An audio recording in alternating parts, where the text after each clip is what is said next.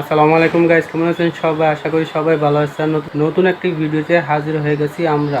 তো গাইস, আজকে ঘর থেকে বের হওয়ার উদ্দেশ্য হলো যে অনেক দিন যাবত আমার গাড়ির পিছনে একটা ছোট একটা টিউমার আছে, এটা হোমিওপ্যাথি ওষুধ খাইলে সুস্থ হয়ে যাব, এই জন্য যেতেছি। চিন্তার কোনো কারণ নাই, আমার দুইটা টিউমার ছিল, একটা শেষ হয়ে গেছে, এখন যে টিউমারটা আছে এটা বড় ছিল, এখন ছোট হয়ে গেছে। তো আপনারা সবাই আমার জন্য দোয়া করবেন, এটা যেন বড় দুর্ঘটনা সামনে না আসে। তো আমি প্রথমে আমার এলাকার দিকে অনেক ডাক্তার দিয়ে আমি হোমিওপ্যাথি ওষুধ খাইছি, পরীক্ষাও করাইছি, কোনো কাজে আসেনি। আল্লাহ রহমতে এই ডাক্তারের কাছে গিয়ে অনেকদিন যাবত ওষুধ খাইতেছি, আল্লাহ রহমতে একটা টিমার আমার শেষ হয়েছে আর একটা ছোট হয়ে গেছে। এই জন্য আমি এখান থেকে ওষুধ খাই, আর এখানে আসতে আমার 1 ঘন্টার মতো লাগে।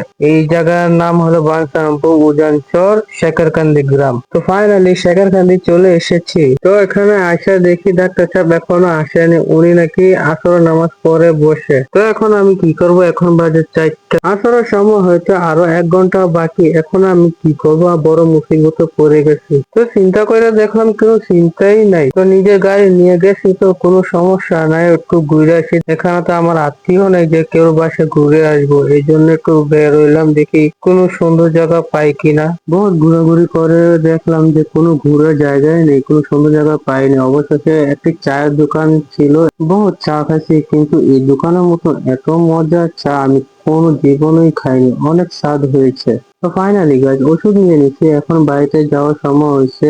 ওষুধ নেওয়ার সময় রেকর্ডিং করেনি, কারণ উনি হচ্ছে মুফতি সাহেব, এই জন্য ভিডিও করার সাহস পাইনি। তো এখন চলে যেতেছি বাড়ির দিকে। আজকের জন্য এ পর্যন্ত।